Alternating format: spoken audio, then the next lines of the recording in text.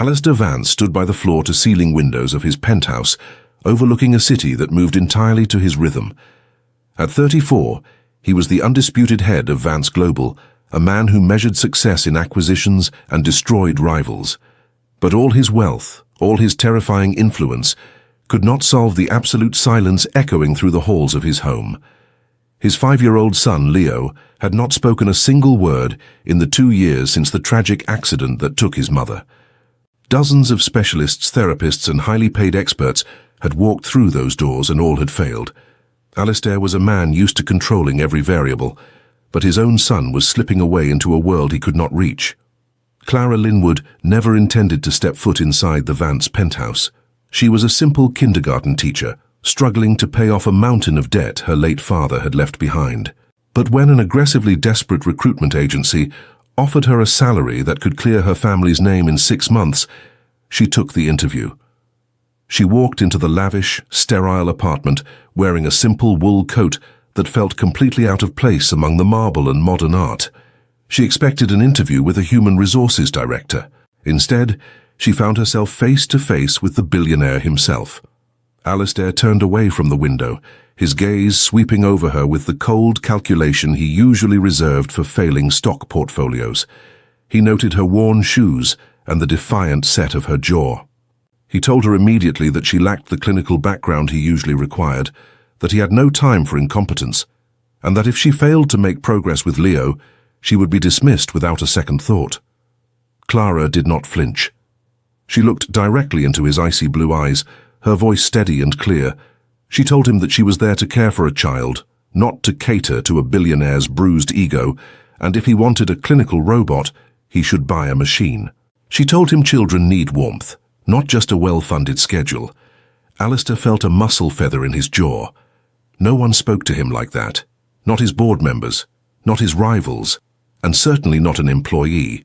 But instead of throwing her out, a strange spark of intrigue flared in his chest. He hired her on the spot. The first few weeks were a battle of wills.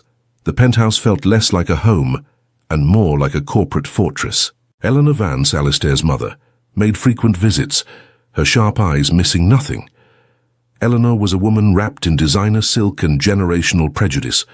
During one afternoon visit, she looked at Clara pouring tea for Leo and openly remarked that the agency must be scraping the bottom of the barrel to send someone with such painfully common manners.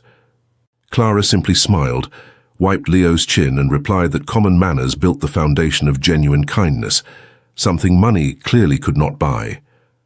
Alistair, watching from the doorway, felt an unexpected urge to defend the nanny, but he pushed the feeling down, retreating to his study. He could not afford distractions, yet he found himself distracted anyway. He started coming home earlier. He would stand in the shadows of the hallway, watching Clara sit on the rug with Leo, building blocks, painting and laughing. She brought a chaotic, vibrant light into a home that had been dark for too long. He noticed the way she tied her hair up with a cheap ribbon, the way her eyes crinkled when she smiled at his son, and the gentle, fierce way she protected Leo's boundaries. One evening, Leo dropped a heavy vase, shattering it across the floor. Alistair rushed into the room, his temper flaring from the stress of a failing merger, ready to shout. Clara immediately stepped between Alistair and the boy, holding her hands up, her eyes blazing with protective fire. She told him to lower his voice, that fear would never teach a child to speak, only to hide. The room fell silent. Alistair stared at her, the anger draining from him, replaced by a profound, terrifying vulnerability. He realized in that quiet moment that she was exactly what Leo needed, and perhaps what he needed too. But Clara was harboring a heavy burden. She maintained a professional distance, always polite but guarded, retreating to her quarters the moment her shift ended. Alistair thought she was simply intimidated by his world, but he was entirely wrong. The breaking point arrived on a rainy Tuesday evening. Alistair had just closed a brutal negotiation and returned home exhausted, loosening his tie as he walked down the dimly lit hallway toward his bedroom. As he passed Leo's room, he saw the door slightly ajar. A warm strip of light fell across the hardwood floor. He paused, hearing the soft, melodic cadence of Clara's voice. She was reading a bedtime story. Alistair stepped closer, leaning against the doorframe, unseen. He expected to hear about dragons or knights. Instead, the words that floated through the crack in the door made his blood run cold. Clara was telling a story about a quiet, peaceful valley where a family of clockmakers lived. They built beautiful things with their hands, giving their hearts to their craft. But then a great silver wolf from the northern mountains descended upon the valley. The wolf did not want the clocks, it only wanted to destroy the competition. The wolf starved the valley, cut off the river, and watched as the master clockmaker worked himself into an early grave, his heart giving out from the stress of losing everything he had built for his daughter. Alistair stopped breathing. The silver wolf was the exact emblem of Vance Global. 5 years ago, his first major acquisition as CEO was a hostile, aggressive takeover of a small manufacturing company that held patents he needed. He had starved them out, choked their supply lines, and acquired the pieces for pennies. The owner had suffered a fatal heart attack during the final bankruptcy hearing. The man's name had been Arthur Linwood. Through the crack in the door, Alistair watched Clara stroke his son's hair, her voice trembling slightly as she whispered the final line of the story. She told the boy that the clockmaker's daughter survived, and that she promised to one day look the silver wolf in the eyes and show him that not everything in the world could be bought or broken. Alistair stepped back into the shadows of the hallway, completely speechless. The woman holding his son, the woman bringing life back into his dark world, was the daughter of the man he had destroyed, and she knew exactly who he was. End of part 1. Please let me know when you're ready for part 2. The morning after the bedtime story, the atmosphere inside the penthouse shifted entirely. Alistair became a ghost in his own home. He avoided looking Clara in the eye, his jaw permanently locked, his sentences clipped and hollow. He retreated behind his walls of corporate armor, leaving for the office before dawn and returning long after Leo was asleep. Clara felt the sudden, freezing distance. She assumed her refusal to bow to his authority had finally crossed a line. Or perhaps the billionaire had simply grown bored of playing the family man. Yet, despite his silence, Alistair could not truly stay away. He was punishing himself, consumed by a guilt he had never allowed himself to feel, but his actions betrayed his cold demeanor. One morning, Clara found a fresh, perfectly brewed cup of chamomile tea waiting on the kitchen island, exactly the way she liked it, with no note attached. When he noticed her shivering on the terrace while watching Leo play, the penthouse heating was magically recalibrated by the time they came inside. Alistair even cancelled a critical flight to London, choosing instead to sit in his home office with the door cracked open, just so he could listen to the sound of Clara reading to his son. He was a man terrified of the damage he had done, trying to offer quiet apologies in the only language he knew. The breaking point happened on a Thursday night during a heavy thunderstorm. The penthouse was quiet, save for the rain lashing against the floor-to-ceiling glass. Clara was in the library, shelving some of Leo's books when Alistair walked in. He looked exhausted, his tie discarded, the sleeves of his expensive shirt rolled up. Clara turned to leave, tired of the suffocating silence. She told him that if he wanted her to resign, he should just say the word instead of treating her like a hostile acquisition. Alistair blocked the doorway. His eyes were dark, filled with a storm that matched the weather outside. He looked down at her and quietly repeated the words about the silver wolf and the clockmaker. Clara froze. The books in her hands suddenly felt incredibly heavy. The air between them vanished. Alistair asked her, his voice rough and laced with pain, if this had all been a long, calculated game of revenge. He asked if holding his silent son was just a way to get back at the man who broke her father. Clara did not look away. She did not cry. Her voice shook with a raw, undeniable truth, but she stood her ground. She told him that she took the job because she was drowning in the debt he had caused. She wanted to look into the eyes of the monster who had destroyed her family and see if he had a heart at all. But she told him that what she found was not a monster. She found a broken, miserable man living in a glass cage, and a little boy who desperately needed someone to love him. She stepped closer, her chest heaving, and told Alistair that his money was worthless, and that his guilt was a prison entirely of his own making. Alistair looked as though he had been struck. The truth cut deeper than any corporate betrayal ever could. For a long moment, The billionaire closed his eyes, the heavy burden of his past finally catching up to him. He did not fire her. He did not raise his voice. He gently reached out, his fingers brushing against her trembling shoulder, in a rare moment of absolute vulnerability. He softly asked her to stay, not for the contract, and not for the money, but because she was the only real thing left in their lives. A fragile, unspoken peace settled over them in the days that followed, but it was violently shattered by the end of the week. Eleanor Vance arrived at the penthouse unannounced, the sharp click of her designer heels echoing on the marble floor like warning shots. She was not alone. Behind her stood Marcus Thorne, the ruthless head of Vance Global's legal department. Eleanor marched into the living room, where Clara was helping Leo with a puzzle. With a look of pure disgust, Eleanor threw a thick, heavily bound dossier onto the coffee table. She sneered, telling Clara that the game was over. Eleanor had hired private investigators to dig into Clara's background. She had uncovered Clara's true identity as Arthur Linwood's daughter. But Eleanor did not stop at the truth. She twisted it.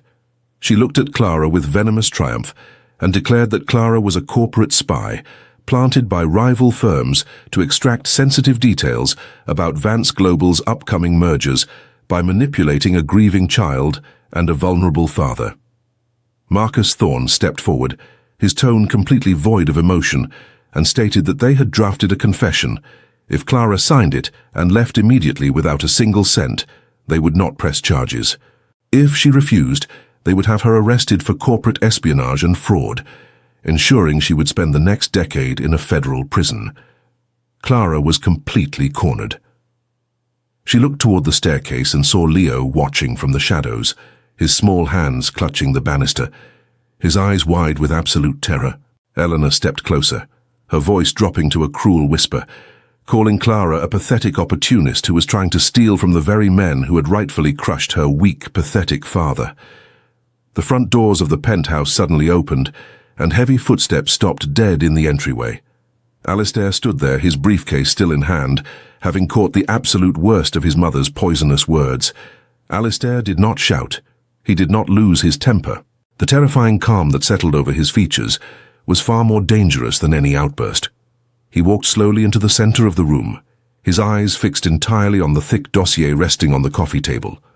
Eleanor quickly attempted to control the narrative, her voice dripping with fake maternal concern, as she told her son that she was only protecting his empire from a calculating fraud.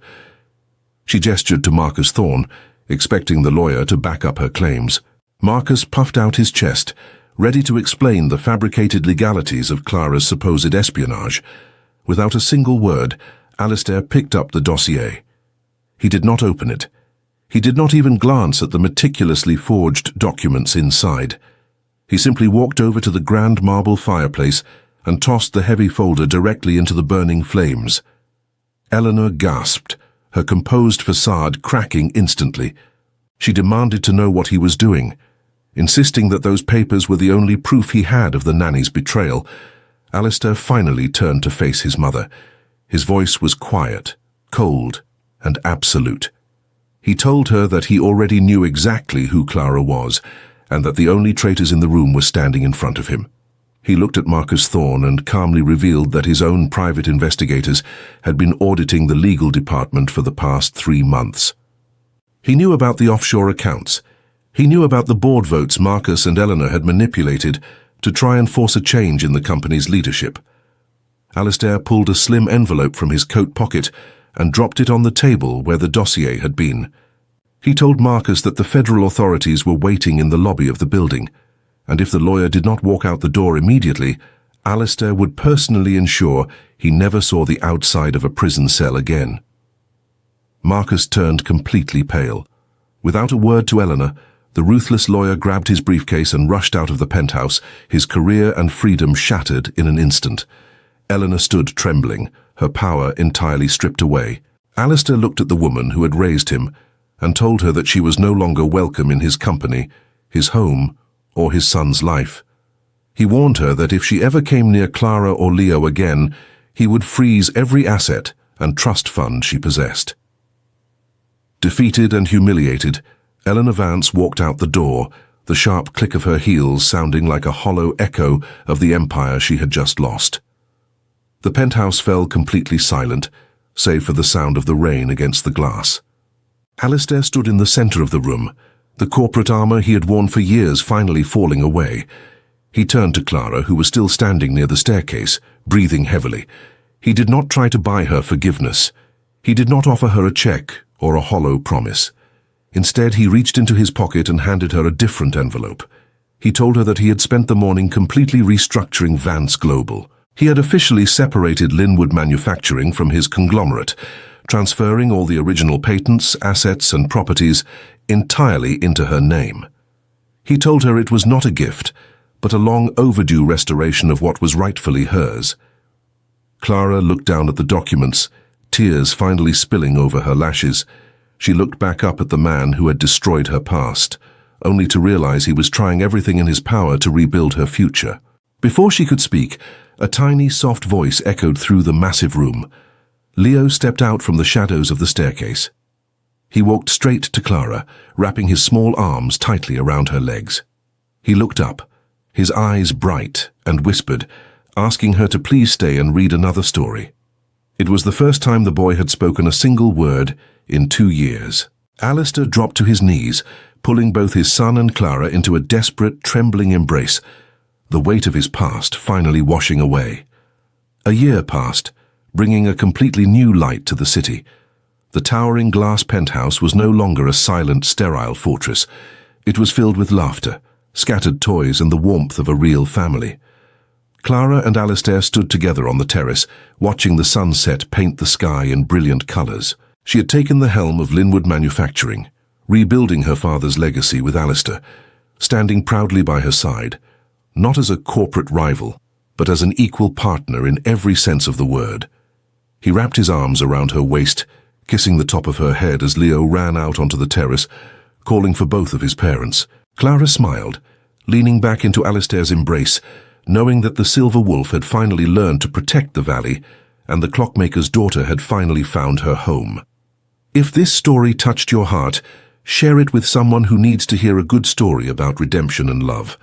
Subscribe to the channel to follow our next stories, and we will see you in the next one.